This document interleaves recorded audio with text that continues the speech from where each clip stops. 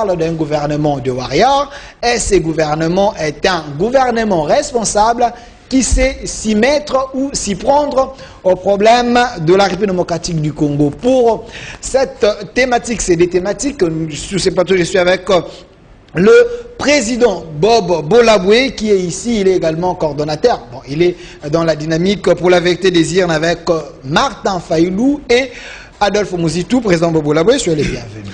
Merci beaucoup, Delphin. Également, de l'autre côté, nous avons la présence de M. Georges Mulumbu. Il est docteur en économie de l'éducation, directeur des établissements NL, président de la Ligue des serviteurs. Il est là avec nous. Docteur Georges Mulumbu, soyez les bienvenus. Merci beaucoup pour l'opportunité. Merci surtout pour ceux qui passent de leur temps pour nous suivre. Voilà, avec vous, nous allons analyser ces deux thématiques. Mais commençons d'abord par cette nouvelle, si je peux le dire ainsi. Joseph Kabila, entre aujourd'hui et demain, il va fêter les 50e anniversaire de son âge. Donc 50 ans, c'est quand même l'âge de la sagesse. Il a géré ces pays, la République démocratique du Congo. M. Georges Mulumbu, un mot par rapport à notre président honoraire, par rapport à cet anniversaire, ou soit à sa gestion, un mot par rapport à lui. Qu'est-ce qu'on peut retenir de lui d'abord? Oui, c'est que je peux lui souhaiter qu'il soit heureux. Qu'il soit heureux. Il a vécu, il a fait sa part dans le sens de bouger les limites dans le processus de développement de la RDC, parce qu'il a hérité. Mobutu, c'était un héritage, comme Félix hérite aussi de lui. Lui a fait de sa manière et finalement, parmi les actes de son bilan positif, c'est Félix qui est là, élu démocratiquement. Parmi les actes de son bilan positif. Oui, c'est les élections qui nous produisent Félix. Et là, cette culture d'alternance, nous devons aider les jeunes à comprendre ça et à intérioriser ça comme valeur. Et c'est pourquoi nous nous disons qu'il soit heureux là où il est. Bien entendu, l'homme a toujours ses faiblesses. Peut-être qu'il ne savait pas trop contrôler ses troupes pour qu'il ne fasse pas mieux. D'ailleurs, il avait l'opportunité de bien développer le pays, mais il a eu des mauvais collaborateurs, comme lui-même l'a dit. Et donc, pour son anniversaire, il a droit d'être heureux. Il a droit d'être heureux. Kabila, c'est un modèle africain, on peut le dire ainsi? Vous avez bien choisi les termes.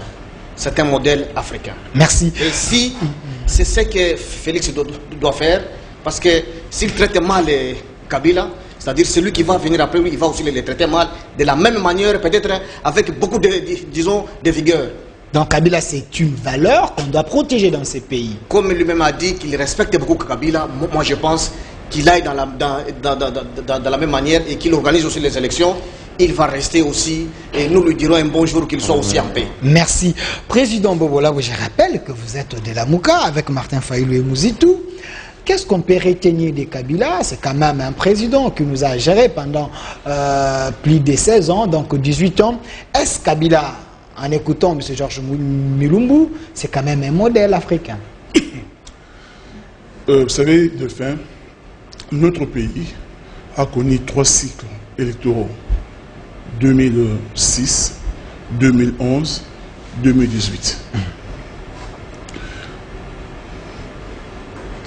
Nous savons tous que ces 3 cycles électoraux n'ont pas été satisfaisants. Toutes les élections qui se sont déroulées, ça a engendré beaucoup de contestations. Nous savons également qu'en 2011, de l'avis de tout le monde, c'est Jean-Pierre Bemba qui avait gagné les élections. Nous savons, vous et moi, en 2011, Papa Étienne Ségué avait gagné les élections. Comme nous savons également en 2018, c'est, comment dirais-je, Martin Fayulu qui avait remporté les élections haut la main. Mais il y a eu un homme, Joseph Kabila, qui a confisqué le résultat. Il avait la CENI entre ses mains en 2006. Il avait la Cour constitutionnelle entre ses mains en 2006. Il a truqué les élections. En 2011, il a fait pareil. En 2018, il a fait en sorte que Félix puisse devenir président. Donc de lui, on peut retenir que la falsification de résultats électoraux. Kabila, pour vous, la Mouka, c'est un mauvais exemple pour la RDC. Écoutez, moi je veux dire que si vous prenez notre constitution, l'article 5 de la constitution, on dit clairement que la souveraineté appartient au peuple. Et c'est ça justement le sujet qu'on va aborder. Si nous voulons avoir de bonnes élections en 2023, il faut faire de bonnes réformes. Pourquoi vous avez posé la question des réformes? Parce qu'on sait tous très bien que là, en ces moments, ça ne marchait pas avec la loi de la CENI, tout cela. Nous allons en parler. Voilà. Docteur Georges Mulumbu, apparemment, c'est comme si vous êtes en train d'induire les pays en erreur en écoutant M. Bob Boulaoui. Kabila est un mauvais exemple, il a falsifié les élections, les 3 cycles électoraux en RDC, ça a été triqué, trompé, manipulé par Kabila, un vrai dictateur. C'est celui-là que vous demandez aux étudiants de dire que c'est un modèle là. Oui, de mon expérience de vie, je ne spécule pas. Lumumba est moins connu ici au pays. Lui, je pense qu'il a beaucoup voyagé. Il comprendra que Lumumba est très respecté à l'étranger qu'ici. Mandela, si vous allez en Afrique du Sud, il n'est pas aussi honoré comme nous les prétendons ici dehors. Jésus a été crucifié, non? N'est-ce pas, c'est lui l'enfant de Dieu? Est-ce que moi je vais interdire? Là, je respecte son point de vue, mais je ne le partage pas, c'est pourquoi j'exprime mon point de vue. Voyez, les grands mais sur base des éléments, vous êtes quand même des scientifiques. Les grands hommes sont toujours ignorés par les leurs. Ce sont les autres qui reconnaissent leurs valeurs. Vous voyez Matata, on est sûr d'ici. Mais moi, lorsque je me retrouve dans des conférences, disons à travers le monde, le respect qu'on doit à Matata, je me dis, mais est-ce que c'est le même Matata que je connais au Congo? Nous allons parler de la bonne gouvernance, ça c'est la deuxième thématique. Les âmes évoluées, c'est comme paix à son âme, disons, Kitengeyesu. Beaucoup les traitent pour, disons, un sataniste. Mais c'est un homme qui a eu de la valeur, qui a eu des vertus. Si vous le contactez en tant qu'individu, c'est pas ce que Larry dit. Moi, je ne viens pas ici dire ce que Larry peut dire. Vous voyez, organiser les élections. Vous n'êtes pas dans le sensationnel. Organiser les élections. Déjà, ici, nous allons tout droit vers le dialogue. Parce que l'IDPS va être incapable d'organiser les élections. Vous voulez que je dise quoi? Alors, si Kabila a fait un peu mieux, que je ne reconnaisse pas ce qu'il a fait? Kabila a permis à Tshisekedi d'être là, non par la volonté. Est-ce que c'est mauvais de mettre là un Congolais de père et de mère? Est-ce que c'est mauvais? Oui. Est-ce que c'est mauvais? Voilà.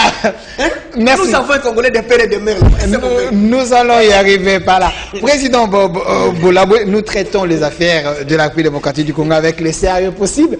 Président, vous, la Mouka, vous avez également proposé des réformes. On revient à la question, quelle réforme efficace pour éviter la crise électorale en 2023? C'est tout le monde qui propose. Pensez-vous que la proposition de votre réforme, c'est la meilleure? Oui. Avant de parler de la proposition de nos réformes, en tant que la Mouka, d'ailleurs, je suis venu avec un document, vous voyez. Donc, je ne sais pas si on peut prendre... Vous pouvez pas en bâtir Mouyalou et essayer un peu de prendre... Voilà. Sur nos réformes, tout ça. Voilà, des réformes de la Mouka. Donc, proposition de réforme. Ok, d'accord. Mais avant de dire un mot sur ça, je voulais juste rappeler qu'aujourd'hui, nous sommes jeudi au niveau de l'Assemblée nationale. Ils sont en train justement de voter la loi organique portant organisation et fonctionnement de la CENI. Mais c'est quoi cette loi-là? C'est une loi qui va encore faire en sorte, parce qu'on a connu, comme je vous ai dit, 3 cycles électoraux et le résultat, on connaît. On a connu des élections chaotiques.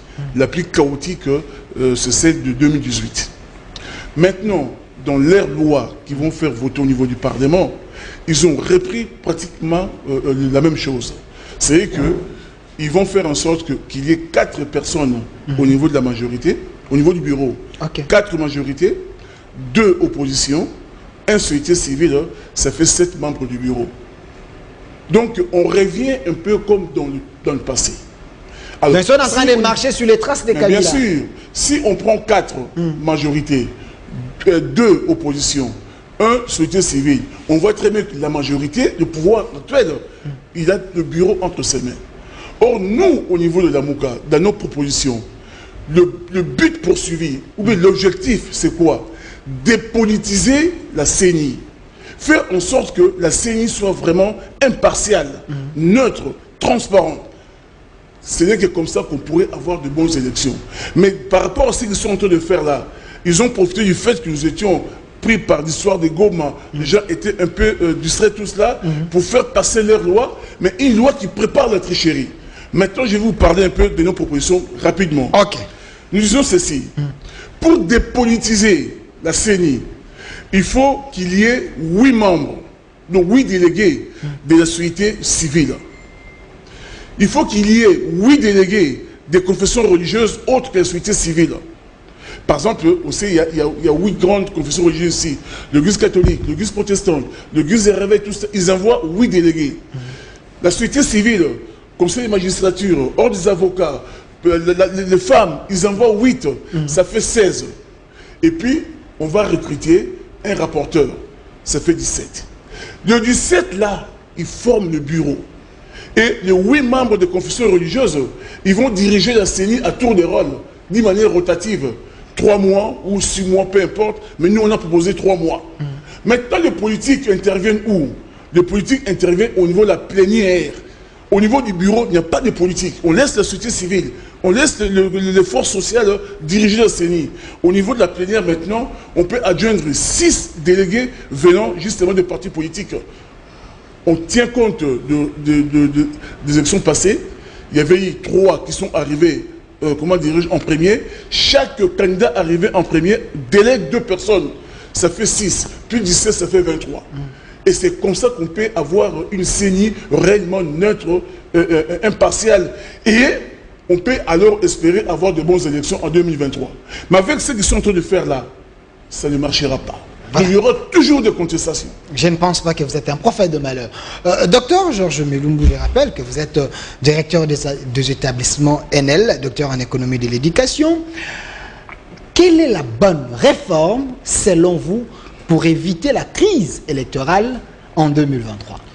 Oui, j'ai suivi avec intérêt ceux qui sont en train d'appeler réforme. Il n'y a pas de réforme. Ils ajoutent le nombre de postes de gens, comme le co-débatteur l'a dit. Et la solution miracle, ce n'est même pas la proposition de la Mouka. Le Congo souffre d'un problème d'ordre. C'est pourquoi nous, à la Ligue des serviteurs, nous nous méfions de toutes leurs propositions. Qu'est-ce que nous disons? Nanga a organisé les meilleures élections du monde. Là, un scientifique averti ne peut pas, disons, remettre en question, c'est ce que moi j'ai dit. Du fait que vous faites, nous faisons les élections électroniques et on a la possibilité d'imprimer automatiquement les résultats. C'est-à-dire qu'il y a une façon triangulaire de vérifier les résultats par bureau. Le problème est à quel niveau? Le problème c'est lorsque nous faisons des élections, 150 personnes votent dans un bureau, non? Il n'y a que 2 personnes civiles et un policier. Mais ces gens-là prennent en otage les résultats de 150 personnes, ils n'affichent rien. Même par centre, on est incapable de savoir qui a été voté. Le problème, c'est sur le plan opérationnel. Les élections en termes d'organisation, votées par machine, ce sont des meilleures élections du monde. J'ai déjà l'expérience, disons, dans d'autres pays. Donc Nanga mérite les fleurs de la République. Nanga a organisé des meilleures élections, mais il a publié de faux résultats.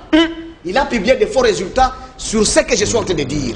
150 personnes votent dans un bureau, mais nous laissons 3 personnes partir sans afficher les résultats. Donc les témoins et les gens qui gèrent les bureaux sabotent l'action de la CENI. Les centres de compilation, parfois, ignorent les résultats des centres.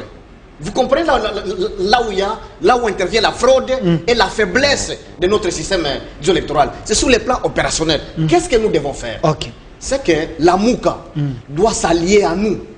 Ligue des serviteurs. Et tous ceux qui sont porteurs ceux qui ont la culture de dignité doivent s'allier à nous, sensibiliser la population.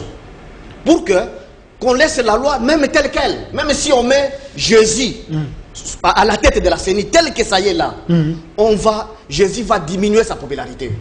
Parce qu'il sera dribblé par ce que je suis en train de dire. Donc le problème est ailleurs. Le problème c'est qu'il faut que la population soit éveillée, soit sensibilisée, pour que les jours du vote, personne ne sort du centre sans afficher les résultats par bureau et par centre. Comme ça, et que ces résultats-là soient disponibles Pas un policier, il vient, il intimide les gens et nous, 150 personnes, on laisse un policier avec une arme et il part comme ça avec des machines. La faiblesse est là. Si nous amenons les Congolais à un effet de conscience de ce niveau, les résultats sont publiés par bureau, par centre. Et mon cher, vous verrez que la population va compiler elle-même les résultats et ils vont refuser, ils vont barrer la route à tout celui qui va tricher. Merci. Vous voyez, mais s'il faut dire, on met un ange ici, on met un diable ici, mon cher, moi je souhaite même qu'on remette Nanga. Il a une très bonne expérience. Maintenant, c'est à nous, peuple, de porter les élections. De porter les élections. Comme ça, on ne donne pas un pas de tricherie pour dire qu'on a nommé le président ou qu'on a nommé les députés. Ces discours-là vont disparaître si nous, peuple, nous contrôlons nous-mêmes les élections. Merci. Donc la loi ne fait rien. Vous voyez qu'on vient d'ajouter seulement quelques 4 postes. Lorsque la majorité est là. D'ailleurs, dans les nominations, on nomme les militants. Ce n'est pas parce qu'ils sont experts. Or, la CENI, c'est un service technique qui demande une certaine technicité. L'expertise. Mais on ne mettra jamais un expert comme Ronsard Malonda qu'on a refusé. On va nommer des gens comme ça qui parlent. Parce qu'en dehors de Ronsard Malonda, les pays ne disposent pas d'autres gens compétents pour gérer la CENI, monsieur. S'il fallait faire des réformes, de mon point de vue, la société civile est inféodée. On fait seulement un test qui va être. Le recrutement doit se passer par des maisons spécialisées de recrutement comme moi je suis recruté. Vous voyez que je viens d'être recruté comme directeur pays, donc directeur régional. On n'a pas appelé mon président de la République, moi encore mon village. On recrute de manière transparente. Si on met des mécanismes de recrutement comme ça, non, on aura une CENI où on peut faire une plénière des politiciens qui ne vont pas influencer les choses, mais que les opérations de vote soient portées par la population. Si cela n'est pas fait, nous aurons seulement nos yeux pour pleurer en 2023. Vous travaillez dans les institutions les plus crédibles, espérons que votre expérience peut aussi aider la nation. Alors, monsieur Bob Bolaboué, oui. Est-ce que le problème n'est pas au niveau des suivis de l'organisation? Ce n'est pas même au niveau des réformes, parce que monsieur Georges dit... je pense que le problème c'est quoi? C'est que tout à l'heure, quand vous avez présenté monsieur Georges, vous avez, je ne sais pas si vous l'avez fait exprès, de ne pas dire qu'il est membre de FCC. Il faut le dire aussi. Parce que quand vous suivez son exposé, il nous parle de Nanga qui a fait des bonnes élections, il nous parle de Ronsard Malonda. Alors tous ces gens, c'est des produits de FCC, vous comprenez?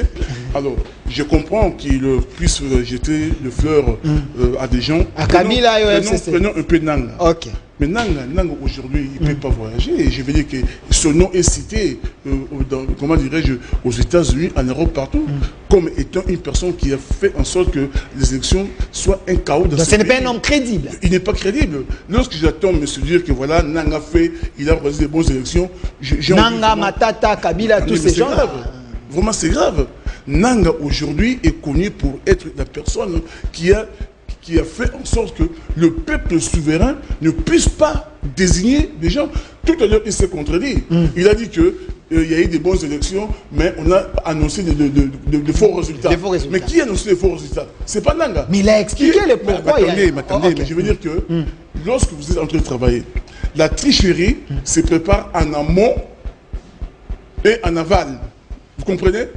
Au jour d'aujourd'hui, c'est que bon, je pense qu'il y a... Évoluer. Très bien, voilà. Donc, au jour d'aujourd'hui, je crois que Nanga ne peut pas être cité comme un modèle. Vous comprenez? Nanga, aujourd'hui, est poursuivi pour des malversations financières. Nanga, il devait être à ce moment où je suis en train de parler, il devait se retrouver peut-être entre 4 murs. Maintenant, vous nous parlez de Matata. L'homme qui nous a parlé de macroéconomie. Mais Matata, on a vu son bilan. Vous parlez de Kabila, mais le bilan de Kabila, Matata et consort, c'est globalement négatif. Ça, tout le monde le sait. Donc, on ne vienne pas ici nous dire que voilà, ces gens-là sont des modèles. Maintenant, je reviens sur nos propositions. Okay. Écoutez, je pense que s'il faut prendre nos propositions, comme je viens d'expliquer, les propositions de la Mouka. D'ailleurs, demain, il y aura, comment dirais-je, un point de presse qui sera animé par le coordonnateur Mouzitou. Il va en parler justement sur ce point-là. Ils ont profité du fait qu'il y a un sérieux problème avec, comment dirais-je, il y a un sérieux problème avec l'éruption du volcan Nirango, là-bas à Goma, pendant que presque tout le monde est occupé, préoccupé par cette histoire-là. Et au niveau du Parlement, ils veulent faire passer une loi unique, une loi qui prépare la tricherie. Les hommes, mais les hommes, c'est eux qui dirigent. Je veux dire que les institutions sont dirigées par les hommes. Si ceux qui sont mis en tête des institutions, ils sont en train justement de préparer la tricherie. Même si on mobilisait la population, on verra les restes. On va mettre la police dans la rue. On va aller où? À la Cour constitutionnelle. Mais si la Cour est entre les mains de Félix, la Cour va confirmer le résultat de... Bon, mais cette histoire-là, ça dérange un peu quand même. Hein. C'est vrai. Je suis un peu... Non, je suis un peu déstabilisé là. Évoluez, monsieur. Boulaboué, il y avait un problème de son avec mon micro. Oui, mais je suis vraiment... Évoluez. Voilà. Donc je disais que... oui, parlant de réforme, donc aujourd'hui, ils sont en train de préparer la tricherie. La tricherie en amont. Lorsqu'on ira aux élections, s'ils ont bien ficelé leur truc, on arrive aux élections, la CENI proclame une personne non élue comme étant élue, la Cour constitutionnelle avalise ou confirme, bouclé. Mais ce qui est vrai aussi, là je suis d'accord avec lui, cette fois-ci ça ne sera pas pareil. 2018, on va pas vivre en 2023. Ça sera différent. Cette fois-ci, donc l'homme que le peuple aura choisi, ou bien les hommes choisis par le peuple, c'est ceux-là qui vont diriger ces pays. Autrement, c'est la rue qui va parler. On ne va plus accepter que Fayoulou gagne les élections, ou nous impose Félix. On n'acceptera plus. Voilà, donc c'est Fayoulou qui avait gagné les élections. Il y a eu mais ça, vous le savez très bien. C'est pourquoi je vous dis que Nanga, normalement, si on était dans un pays normal, il devait être arrêté. Il devait être arrêté. Voilà, monsieur Georges Mulumbu, là, c'est comme si vous êtes en train de cracher sur la dignité des Congolais, parce que il y a une chanson à l'époque, je me rappelle, on chantait Nanga ne changez pas, Nanga ne changez pas. Les noms de Nanga étaient plus cités dans les malles. Aujourd'hui, vous pensez que Nanga va organiser les bonnes élections. Vous souhaitez même qu'il revienne pour organiser les élections en 2023.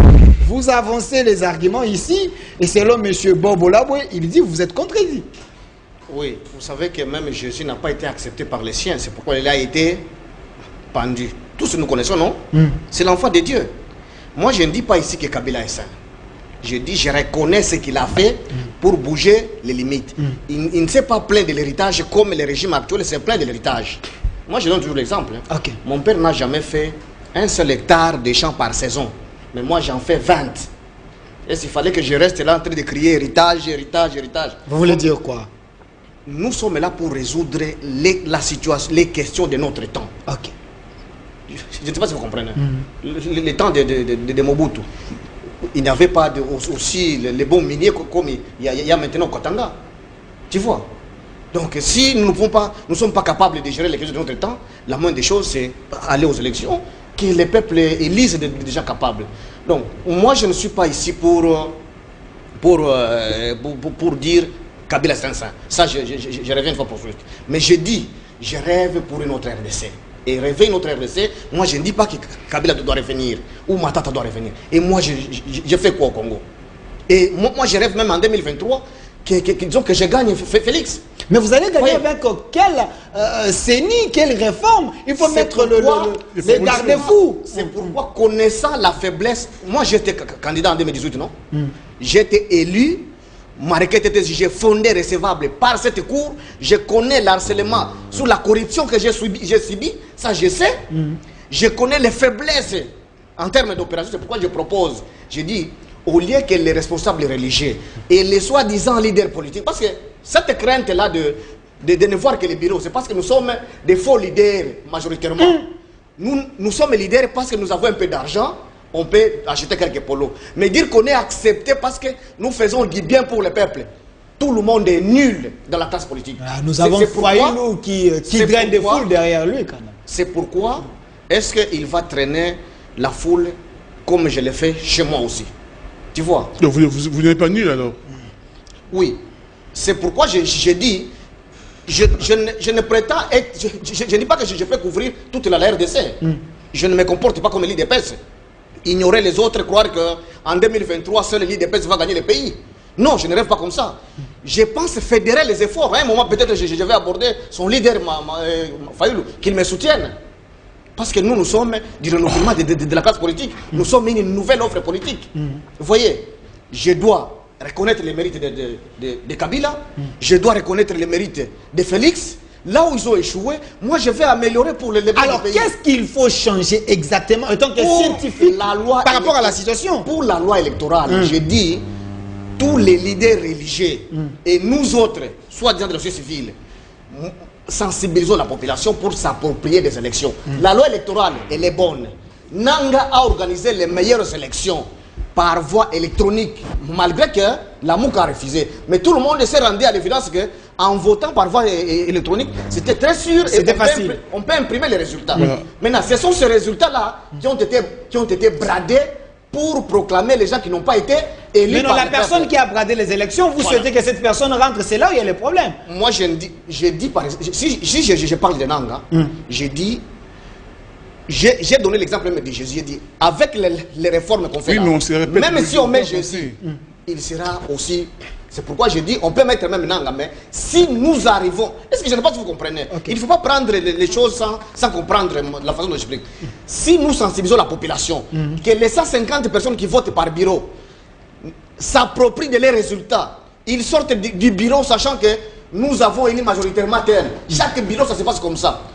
On ne parlera pas de fraude, moins encore de nomination dans ce pays. Parce que là où on va tenter de nommer ces messieurs-là ne sera pas le responsable de ce coin-là, qu'ils soient députés, qu'ils soient présidents de la République. Je ne sais pas si vous comprenez. Merci. Donc, la loi électorale, telle qu'elle est là, même si on change tous les Français du monde, ce n'est pas les Français qui vont réduire la fraude et la tricherie entre les bureaux électoraux, dans les problèmes profonds et les centres de compilation. Voilà, les problèmes est profond par ce sujet pour parler d'un autre sujet. Non, oui, vous allez revenir dans votre temps. Moi, je serai candidat en 2020. Pas de problème, pas de problème. Ça, c'est le souhait, c'est votre souhait. Oui. On ne peut pas vous les refuser. Alors, surtout que je suis des pères et des mères. La bonne gouvernance. La bonne gouvernance en République démocratique du Congo avec le gouvernement de Warrior. Pensez-vous que ce gouvernement est en train de faire les choses comme il faut? Est-ce que vous sentez les indices de la bonne gouvernance, président Bobola? Je reviens d'abord avant de répondre à votre question. Je constate que mon collaborateur n'a pas répondu à la question. Donc, c'est quoi leur proposition comme FCC? C'est quoi leur proposition comme Ligue de quoi? Ligue des serviteurs. Je n'ai entendu aucune proposition, sauf qu'il a répondu sur nos propositions pour critiquer nos propositions. En disant que ce que vous proposez là, ça ne sert à rien, tout ça. Donc, il n'a fait que critiquer nos propositions.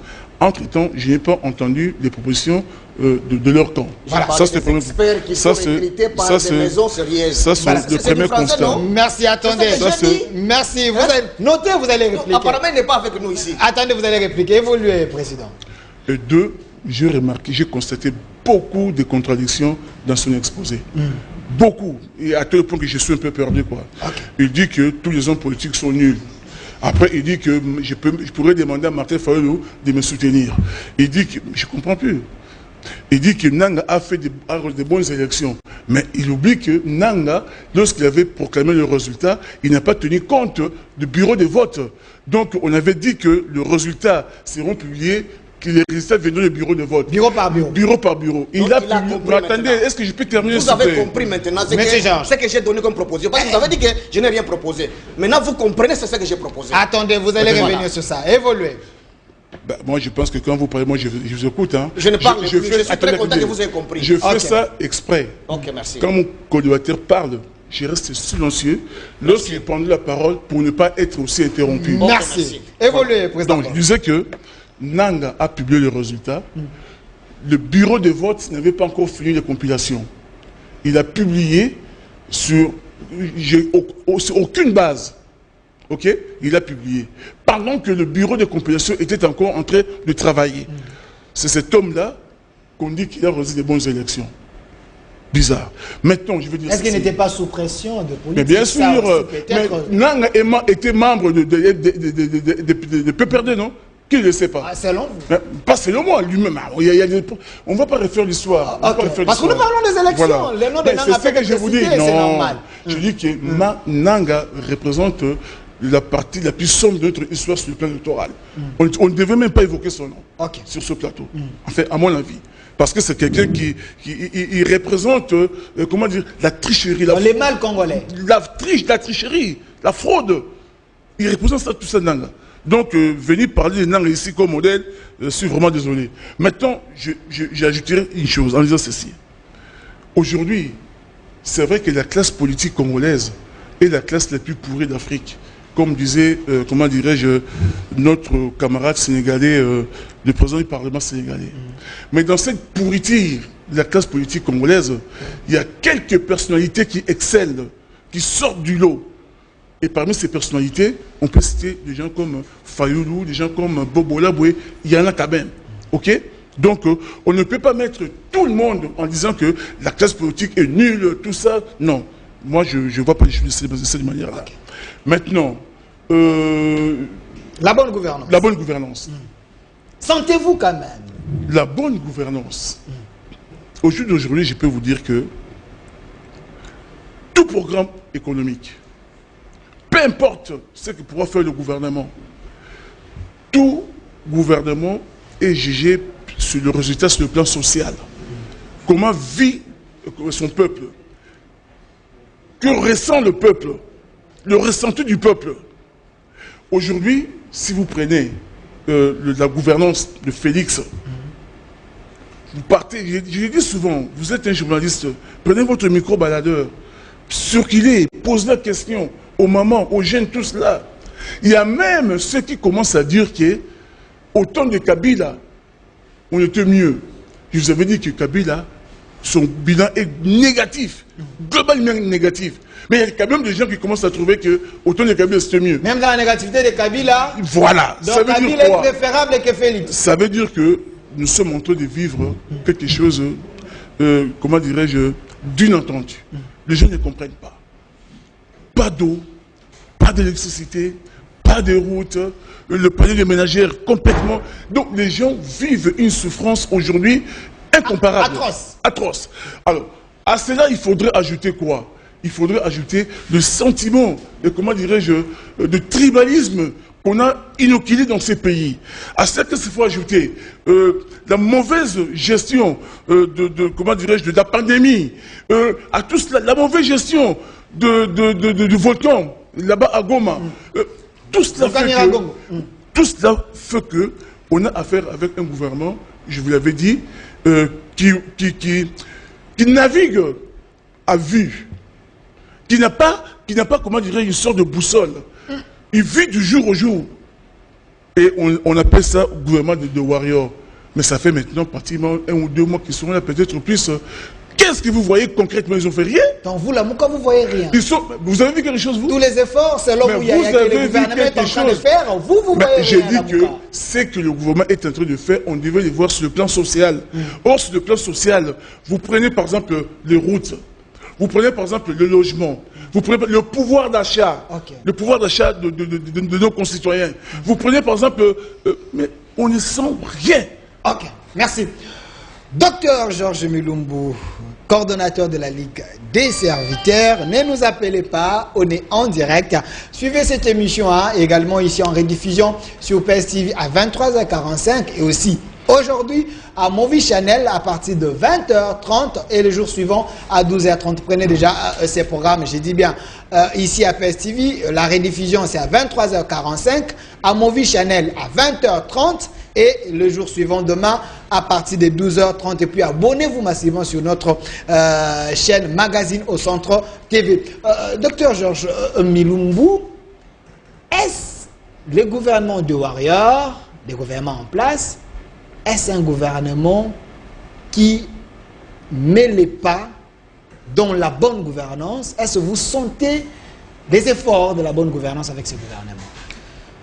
Dans tous les cas, le changement est une loi. Le changement peut intervenir demain ou après-demain.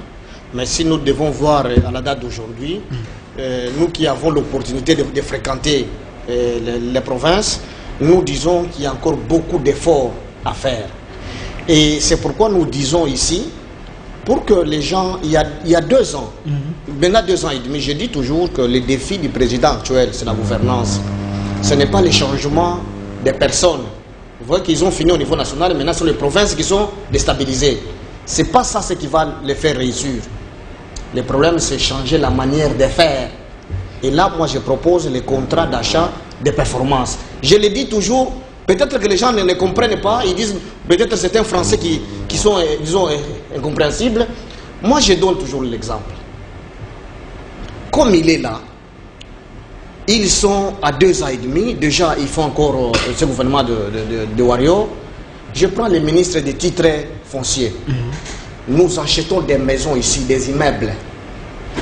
Nous achetons des terrains. Si je prends seulement les terrains, pour avoir un document au service des cadastres, c'est $500. Les certifiés, les contrats simples. Mais ce que nous versons à la DGRA, c'est seulement $50. Et les personnels là des cadastres ont besoin d'être payés en termes de salaire et de primes. L'argent va provenir d'où? C'est le président Félix qui prendra l'argent de sa poche. L'État utilise les moyens. Mais depuis qu'ils sont là, surtout les ministres des titres fonciers. Molendo Sakombi. Oui, il est là depuis longtemps. Qu'on lui pose la question, qu'est-ce qu'il a fait déjà entrer comme recette? C'est ça être warrior. Félix a besoin d'argent pour faire réussir l'état des sièges. Hein, pour que les paniers de la ménagère, parce que lorsque les gens sont on arrive payés, à un budget de 36 milliards. Lorsque les gens sont payés, la braise va se faire acheter, les maniocs, l'économie va tourner. Donc, le Premier ministre, je lui propose gratuitement de signer les contrats de performance avec ces ministres-là qui ne font que les audiences. Jusqu'à preuve du contraire. Mais ça, c'est quand même fort. Il y a quand même les ministres sur le terrain. Tournez dans les cabinets, vous verrez comment est-ce que c'est plein en train d'attendre. Guy Luando, il y a tellement de ministres. Alors, les Tony Mwaba, on est en train de le voir. Les contrats d'achat de performance entre les premiers ministres et ces ministres. Et ces ministres-là signent avec les services, disons, générateurs. Prenons le ministère de l'Affaires intérieures. C'est un ministère de délit de pêche, non? Est-ce qu'ils ont suspendu les amendes transactionnelles depuis qu'ils sont là? Mais les policiers ont besoin de primes pour bien nous sécuriser, non? Et cet argent-là, 2 ans et demi aujourd'hui, ça va où? C'est tracé où? Quel argent vous parlez? Les amendes transactionnelles d'abord, sans toucher d'autres choses. Ça va où, messieurs les ministres? Et il fait quoi, l'IDPS, depuis 2 ans et demi aujourd'hui? Ça s'élève, c'est ça? Être warrior, c'est essayer de rationaliser les ressources de l'État. La gouvernance, c'est aussi ça, la traçabilité, hein, la transparence, la redevabilité. C'est ça la gouvernance. Mais qu'est-ce qu'ils font? À part les audiences et faire du populisme. Les ministres de l'enseignement supérieur universitaire, si on signe les contrats d'achat de performance avec lui, moi j'enseigne dans l'université. Nous avons les universités les plus viables, avec plus de vingtaine de mille d'étudiants. Mais allez voir les recettes de ces universités-là. Ça va où, monsieur le ministre? Mais signer les contrats de performance avec ces gens-là, s'ils sont incapables de faire rationaliser les ressources, on les fout dehors. On cherche maintenant les meilleurs d'entre nous, qu'ils soient au Lamouka, qu'ils soient, je ne sais pas moi où, que les meilleurs d'entre nous, ce sont ces gens-là que le pays a besoin. Ce n'est pas la tribu, moins encore les partis politiques qui ont l'ambition de produire des personnes de bonne qualité. Ils doivent réfléchir, comme on dit en anglais, out of box, en dehors de leur boîte là. IDPS, Union Sacrée, ce sont plus les militants et les chercheurs d'emploi qui sont pleins autour du chef. Et ça fait que l'argent circule là dehors. C'est pourquoi nous, à la Ligue des serviteurs, on ne donne pas seulement ces critiques. Nous avons proposé la loi sur le chef de riz. Vous savez l'avantage de cette loi? Le pays va être dirigé, parce que le pays n'est pas dirigé. Si vous demandez à tout le monde, qui qu'il soit, quelle est la personne la plus âgée de ce pays? Nous sommes à combien? C'est lorsque RFI dit nous sommes à 80 millions que même les discours politiques changent. Est-ce que le pays doit être dirigé de manière événementielle? Nous disons, s'il y a des chefs de riz... Les pays dirigés de manière événementielle? Oui, événementielle. C'est quand même grave. Oui, on donne la borne gratuite d'Internet ici, pendant que les services qui gèrent les volcans n'ont pas d'Internet. Est-ce que vous pensez qu'on gère vraiment de manière planifiée? C'est vraiment événementiel. Merci. C'est pour dire que la gouvernance doit reposer sur les contrats d'achat et de performance entre le Premier ministre et ses services. Vous verrez que même la réserve, on va tripler et on peut même se moquer de Kabila qui a laissé 1,5 milliard. Parce que jusque-là, ils ne sont même pas incapables d'égaliser ce que Kabila a laissé. Donc ils ne sont même pas capables de... Voilà, merci. Vous avez compris, il y a des propositions sur ces plateaux. Voilà pourquoi il y a l'avantage d'avoir des scientifiques sur les plateaux. Non, je veux dire que... Attendez. Quand même, il faut aider notre gouvernement aussi à avoir les bonnes idées, parce que le rôle de l'opposition ou les résistants, si je peux le dire ainsi, c'est aussi proposer. Il y a déjà des Congolais qui sont là, des pères et des mères. Alors, quelles sont les bonnes propositions pour que ces gouvernements quand même arrivent à produire, pour que le peuple se retrouve? Bon, je vais aller vers les propositions, mais d'abord, je vais prendre un cas. Un cas où on a vu comment est-ce que ce gouvernement, comment vous appelez? Le gouvernement de Warrior. Comment ils ont géré. Tout le monde sait qu'aujourd'hui, il y a 15 000, plus ou moins 15 000 volcans sur la planète Terre. Et chaque année, il y a au moins 50 000 qui entrent en éruption. Tout le monde sait que Nyiragongo est classé comme étant parmi les 7 volcans les plus dangereux du monde. Et on sait très bien que le volcan Nyiragongo peut faire éruption à tout moment. Donc, on devrait surveiller cette évolution-là. Moi, je constate qu'effectivement, le volcan a fait éruption. On a connu l'éruption du volcan. C'est une catastrophe naturelle. C'est arrivé. Maintenant, même si, au niveau de la gestion, au niveau de la surveillance, comment dirais-je, de ce volcan, il y a eu beaucoup de lacunes, beaucoup de difficultés. Mais au niveau de la gestion de ce qui s'est passé, comment est-ce que le gouvernement de Warrior gère justement la situation? La situation est telle qu'aujourd'hui, ceux qui étaient partis à Saké ou ailleurs commencent à revenir d'eux-mêmes à Goma, malgré, comment dirais-je, le danger qui existe encore à Goma. Ils préfèrent retourner à Goma. Pourquoi? Parce que d'aller en quarantaine. Parce que là où ils sont partis, donc il n'y a pas d'encadrement. Ils ont des problèmes d'eau, des problèmes où dormir, comment faire pour manger. Il y a tous des problèmes. Le gouvernement a donné quand même le temps, il y a quand même choses que le gouvernement... Non, je dis que justement, si ces gens étaient pris en charge là où ils étaient partis, ils ne seraient pas rentrés à Goma, malgré le fait que Goma constitue toujours un danger. On devrait mettre en place une cellule, je vais dire qu'au niveau de Goma, sachant qu'il y a le volcan qui est là, l'État devait prévoir un plan dans le cas où il y a un problème. Comment faire pour s'en sortir? Il n'y a pas de plan. Donc tout cela, ça démontre le niveau de gestion, justement, de ce pouvoir. Ils sont partis, plus de 8 ministres, comme vous avez dit, ils sont partis là-bas. Mais ils sont partis. Ils sont rentrés. Comment dirais-je? Avec quelle solution ils sont partis? Mais j'ai suivi le ministre des Affaires sociales, le ministre Mutinga, qui dit il faut compatir avec nos frères de là. Le gouvernement est en train de faire le nécessaire. Il faut aussi quand même que les gens contribuent. Vous aussi, l'opposition, vous aussi contribuer. Je suis en train de te montrer comment est-ce que le gouvernement de Warrior, la première chose qu'ils ont gérée, ils l'ont mal géré. Ce que dit Moutinga, c'est son problème, qu'il y ait solidarité. On ne va pas atteindre Moutinga pour organiser la solidarité, non. Je suis en train de te démontrer que ce gouvernement de Warrior, comme vous les appelez, ils ont été incapables de gérer justement les conséquences de l'éruption du volcan Nyiragongo. Voilà. À telle enseigne qu'aujourd'hui, les Congolais qui étaient partis à Saké ou ailleurs préfèrent rentrer à Goma. Voilà. Parce qu'ils n'ont pas été encadrés, il y a une mauvaise gestion de tout cela. Alors un tel gouvernement, moi je me dis que nous sommes aujourd'hui peut-être à 2 ans des élections, si les choses vont dans le bon sens, s'il faut faire un bilan, le bilan est vraiment négatif. Voilà, je vais revenir vers vous. Maintenant au niveau des propositions. Je vais revenir vers vous. Attendez encore un peu. Mais M. Georges Milumbu, sentez-vous quand même l'accompagnement de ces gouvernements par rapport aux sinistrés des Goma? Vous avez suivi les points de presse de Mouyaya qui dit que le gouvernement est un gouvernement responsable, qui prend les choses à main, qui soutient sa population. Mais la situation, c'est une situation, bon, disons, catastrophe naturelle et on est en train de s'adapter à la situation. Voyez-vous quand même un gouvernement responsable, notre gouvernement? Lorsque je dis que les choses, on gère les choses de manière événementielle, vous ne m'avez pas cru. Même nous privés, nous appuyons nos populations plus que l'État. Si vous allez à Bukavu, nous avons baissé l'eau que nous produisons à Bukavu. Nous avons divisé les prix à 2 pour aider la population. Nous sommes des privés, non? L'eau à Sili qui se boit à Bukavu. J'ai décidé ici de diviser les prix à 2 pour aider mes frères. Et le gouvernement fait quoi ici? Parce que ça qui est bloqué là où l'eau des autres compagnies passe par Goma pour pouvoir arriver à Bukavu. Les privés, vous aidez la population plus que l'État? le pays est en train d'être géré de manière événementielle. Donc l'État est surpris par ce qui arrive. Mais c'est normal, non? C'est une catastrophe naturelle. On installe une borne d'Internet. Okay. On installe une borne d'Internet gratuite ici à l'IPEN, ici à Kinshasa.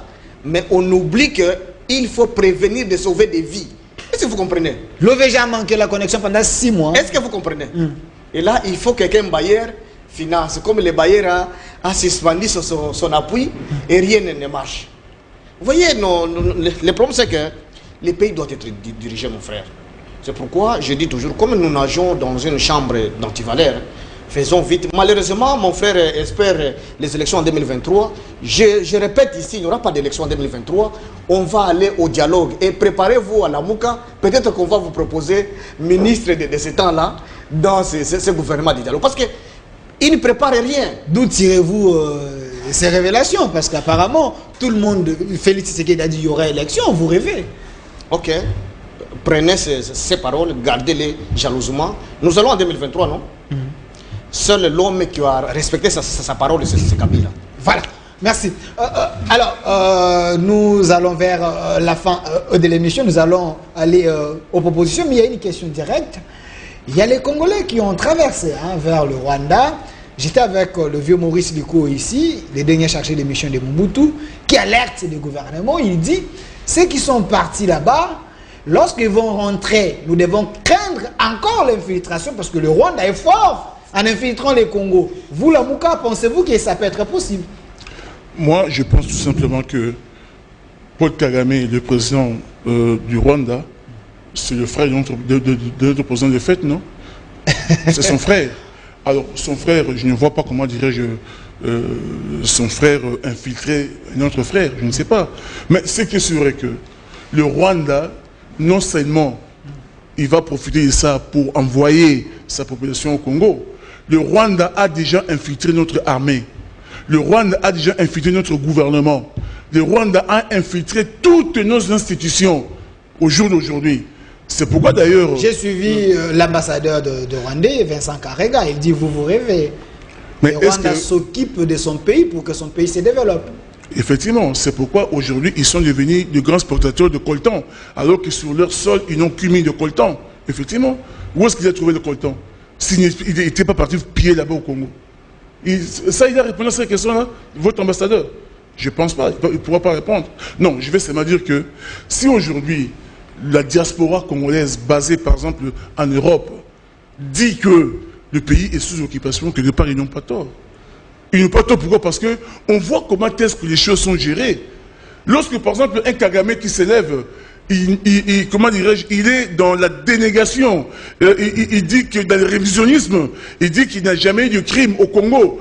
Tout cela, vous ici, heureusement que la société civile, heureusement que les Congolais, le peuple congolais s'était levé comme un seul homme pour s'attaquer justement à Kagame. Et c'est pourquoi il a fait marche arrière quelque part. Mais s'il fallait seulement attendre votre gouvernement, rien ne serait sorti. Donc tout ça démontre qu'il y a une sorte de complicité entre ce régime et le régime de Kagame. Maintenant, effectivement, ils pourront profiter de ce qui se passe là-bas à Goma pour infiltrer, pour envoyer encore d'autres populations rwandaises venir occuper nos terres. Envoyer ça c'est possible. Congolais. Mais bien sûr. Voilà. Bien sûr. Monsieur Georges Mulumbu, le président Bob dit que le pays est infiltré. Nous parlons de la bonne gouvernance. La bonne gouvernance est dans tous les secteurs. Il faut garantir l'intérêt de nos territoires et la République et sa population. Pensez-vous que le Rwanda a suffisamment infiltré le Congo et le Rwanda peut faire peur à la République démocratique du Congo? Moi, je ne peux pas dire ça, ça sera une grande honte pour nous, intellectuels congolais. C'est pourquoi j'ai interdit Tchani de parler de la congolité sur les médias. Le docteur Tchani... Vous voyez, la question que vous soulevez rejoint les caprices de Tchani. La congolité. C'est pourquoi nous, à la Ligue des serviteurs, nous disons il faut que le pays soit administré. Le pays n'est pas administré. Et c'est la génération de Tchani qui nous a foutus dans la merde. Qui est congolais aujourd'hui, qui ne l'est pas? Ces gens-là, effectivement, ils vont rentrer. Et nos frères qui sont allés au Rwanda, vous pensez qu'ils vont s'improviser des Rwandais comme ça? Ils doivent être identifiés absolument. Mais nous, qui est congolais, qui ne l'est pas? La carte d'électeur seulement, Vous voyez que Tchani devait se taire avec sa proposition. Si nous voulons aider notre pays, au-delà de penser seulement Félix va passer, mais le pays ne va pas rester dans la merde. Nous allons léguer quoi à la génération future? Ce que nous devons faire, c'est faire un recensement. Mon frère a vécu à la diaspora, comme moi d'ailleurs. Est-ce qu'on peut devenir, on peut avoir la nationalité comme ça gratuitement, comme ici au Congo, tout le monde peut devenir congolais du matin au soir. Et on se lève, on dit non, il faut être congolais de père et de mère. Qui est congolais de père et de mère? Moi, je connais des nationalités étrangères qui se présentent très bien des Congolais parce qu'ils disent mes parents étaient décédés dans Kamonasab. Et lui, Tchani va brandir, c'est seulement la forme de la tête qui suffit pour dire que c'est là Congolais ou parler en Chiluba. Vous voyez? Lui, les problèmes. Je l'avais reçu sur les problèmes, ce plateau ici par rapport à cette proposition. La solution. Attendez, j'avais reçu Noël Tchani ici sur ce plateau par rapport à cette proposition. Il dit nous devons quand même préserver ces postes prestigieux de la nation. Président de la République, il faut verrouiller cela. On n'a pas besoin de faire des déclarations pour du populisme. On doit travailler, nous, Congolais. Nous sommes des paresseux, s'il faut le dire. Ce que nous devons faire, c'est faire les recensements calmement. Qu'on sache, à la date d'aujourd'hui, qu'on arrête cette hémorragie-là. Vous voyez, si par exemple, les recensements étaient déjà, pendant ce temps, ici, 2 ans et demi de Félix, les recensements auraient déjà atteint. Comme nos frères sont allés, ils partiraient avec une pièce d'identité. Ceux qui rentreraient, ils brandiraient une pièce d'identité. Mais ils vont brandir quoi? La carte d'électeur, qui peut être obtenue par n'importe qui là aussi. Je ne sais pas si vous comprenez. Au Rwanda, on peut aussi multiplier les cartes d'électeurs comme ça. Vous voyez, donc c'est une honte lorsque nous soulevons des questions de nationalité, de congolité. Nous exposons notre incapacité de gérer ce pays au monde. Or, nous devions être autour de Félix. Nous faisons les recensements, que chaque Congolais soit identifié à la date d'aujourd'hui. Comme ça, nous recréons notre histoire. Nous sommes vides là. Nous sommes vides là, nous Congolais. Ok. Qui est Congolais? Voilà. C'est ce que lui a dit, je suis de Bana. Qui ne peut pas dire ça? Qui ne peut pas dire ça et être compris? Vous voyez? Merci. Nous devons aider la République à avancer. Il y a des questions très questionnantes qui méritent d'être posées. Qui est Congolais, qui ne l'est pas? Celui qui est Congolais, est-ce que c'est celui qui a la carte d'électeur? Ou quoi faire pour être Congolais? Donc ces débats divisent la classe politique. Mais Monsieur Bobo Laboué, je rappelle que vous êtes de la Mouka. Il nous reste quelques minutes. Nous parlons de la bonne gouvernance. Descendons à nos provinces. Aujourd'hui, vous voyez que nos provinces, la majorité, il y a la déstabilisation totale, il y a les gouverneurs déchus, on ne sait pas comment relever, comment pousser la province à aller de l'avant. Alors, nous sommes au niveau des propositions. Qu'est-ce qu'il faut faire pour arrêter l'hémorragie? Bon, d'abord, je veux dire, en rapport avec ce débat sur la congolité, je pense que qui est Congolais, la Constitution répond. Article 10 de la Constitution a donné une réponse à la question qui est Congolais. Pour le reste, Tchani, c'est un Congolais qui a mis sur table un débat. Je pense que le débat est là. Les gens se sont appelés à réfléchir, à débattre. Mais arrivé à un certain moment, il faudrait qu'on donne la parole au peuple. Je veux dire quoi? Dans les pays organisés, par moment, on peut passer par référendum. Que pense le peuple par rapport à tel problème? Donc le Parlement n'est que le reflet de la volonté populaire. Mais il y a certains sujets, on ne passe pas au niveau du Parlement, c'est le peuple lui-même qui s'exprime à travers le référendum. Je constate seulement qu'au jour d'aujourd'hui, ce débat est inopportun. Parce qu'aujourd'hui, le peuple a besoin de bonnes élections. Le peuple a besoin justement qu'on puisse, des gens que lui, il a choisi, puissent diriger le pays. Quand Moïse Katumbi dit, ils ne vont pas laisser, ils ne vont pas se laisser être manipulés, ils vont s'élever pour se défendre. Moïse Katumbi dit, les soi-disant intellectuels congolais qui chantent l'hymne national sans savoir le contenu, nous sommes unis dans l'effort et dans l'essor. Vous, les intellectuels, quelle est votre analyse par rapport à ça? Bon, moi je pense seulement que on est en train de mener un débat, comment dirais-je, au niveau des idées, au niveau des principes. Je ne vais pas commencer à parler de Moïse Katumbi, de parler de gens, tout ça. Ce n'est pas vraiment intéressant. Ni me parler de Tchani et tout cela, non. Tchani a mis sur la table un sujet. Je voudrais, s'il faut débattre de ce sujet, il faut débattre sans parler de Tchani. Il a mis un sujet sur la table comme Congolais, que les gens en débattent. Maintenant, vous parlez de Moïse Katumbi qui parle des intellectuels. Votre président, votre coordonnateur de la Mouka. Non, Moïse n'est pas coordonnateur de la Mouka. Moïse a dit qu'il est président de la Mouka. Alors que dans la Mouka, il n'y a pas de présidence. Il y a un présidium Après, il y a un coordonnateur. Nous avons un coordonnateur qui est Mozito.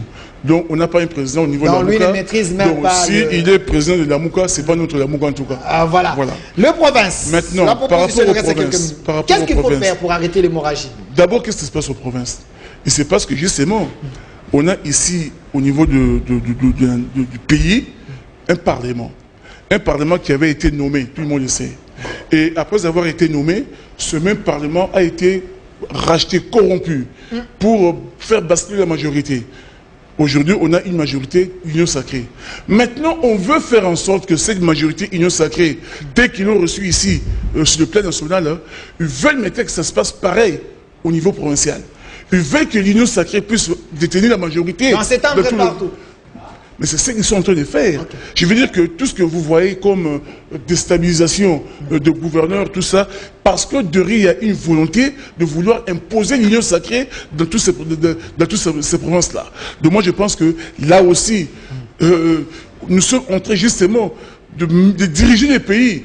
Je réponds à l'expression de mon combatteur, comment dirais-je, d'une manière événementielle. C'est fort. Effectivement, on est en train justement de vouloir tirer la couverture vers soi, mais en ne respectant rien. Donc aujourd'hui, les provinces seront de plus en plus déstabilisées parce que Félix veut absolument avoir sa majorité union sacrée dans les provinces. Comment l'arrêter? Je ne sais pas. Pour l'arrêter, il faudrait tout simplement que le peuple s'élève, que le peuple comprenne. Que le peuple se prenne en charge. Bien sûr, même au niveau national. Ce qu'ils ont fait au niveau national, ils veulent le répliquer maintenant au niveau provincial. Il faut que le peuple se lève. Merci. Monsieur Georges Mulumbu, c'est également votre mot de la fin. Nos provinces sont déstabilisées. Alors, vous voulez que le pays avance, qu'il y ait la bonne gouvernance. Qu'est-ce qu'il faut faire pour arrêter l'hémorragie afin que le peuple se retrouve? Moi, je répète ici que les chefs de l'État, avec son gouvernement, doivent miser sur la gouvernance. S'ils ont beaucoup d'argent pour résoudre les problèmes de chez moi, les gens ne verront personne d'autre. Et s'il faut rester dans les changements de personnes, là, je dois rappeler ici, comme Moïse l'a dit, nous devons nous rappeler de notre hymne national. Nous sommes unis dans l'effort. Non, nous sommes unis par l'essor et unis dans l'effort. Réfléchissons bien sur ça. Si ce pays est un, c'est dans l'effort. Et si nous ne comprenons pas ça bien, moi je ne rêve pas que Félix soit l'auteur de la division dans ce pays. Je ne rêve pas. Et je ne souhaite pas que ça soit ça, disons, son bilan de son régime. Donc, qu'il puisse se défaire des flatteurs comme Kabila en a autant souffert des flatteurs. C'est un flatteur. C'est un chercheur d'emploi. Okay. C'est simplement ça. Et il ne faut pas que ça donne l'impression que ce sont les gens de la tribu du chef qui les soutiennent et qui font des propositions seulement. Non. Faisons même semblant de faire porter ces propositions aux autres. Si ça passe, soutenez-les. Voyez, restons unis dans l'effort et surtout notre sort commun. C'est très très fort. Là, Moïse Katoumi vous a conquis. Voilà. C'est les pères de l'indépendance qui ont chanté cette hymne-là. Merci. Et moi, je soutiens l'unité. Et la réaction d'Olive Lembe, ça vous va quand elle dit nous devons préserver nos acquis pour l'unité et la paix, rêve pour une autre RDC qui est possible. 30 secondes, M. Bobo. Olive Lembe aussi a parlé. Ils ont fait l'effort pour préserver les acquis, que nous soyons ensemble. Alors, il ne faut pas jeter tout ça. Moi, je suis le bombiste. Le Mumba s'est battu pour l'unité de ce pays. Mobutu, bien qu'il fait partie des gens qui ont trahi le Mumba, mais il a aussi œuvré pour l'unité de ce pays. Dans la constitution de notre pays, avant qu'on aille à Sun City, l'article 7 disait que pour être candidat aux élections présidentielles, il faut être de nationalité congolaise de père et de mère. Il n'y avait pas de Tchani, il n'y avait pas de Moïse Katoumi, il n'y avait rien. Il y avait juste une volonté de protéger la souveraineté nationale. Merci. Donc je ne veux pas entrer dans ce débat-là, mais pour dire seulement que c'est un sujet. Je n'accepte pas qu'on cite Tchani. Non. Il a mis sur table un sujet, même si c'est malvenu, ce n'est pas le moment, mais il faut qu'on discute sur les idées. Voilà. pas sur sa personne. Merci, Président Bobo Laboué. Je rappelle que vous êtes de la Mouka. Également, vous êtes avec Martin Fayoulou et Adolphe Moussit. Vous avez dit que Katumbi et Jean-Pierre Bemba ne sont plus dans la Mouka. Merci d'avoir répondu à notre invitation également.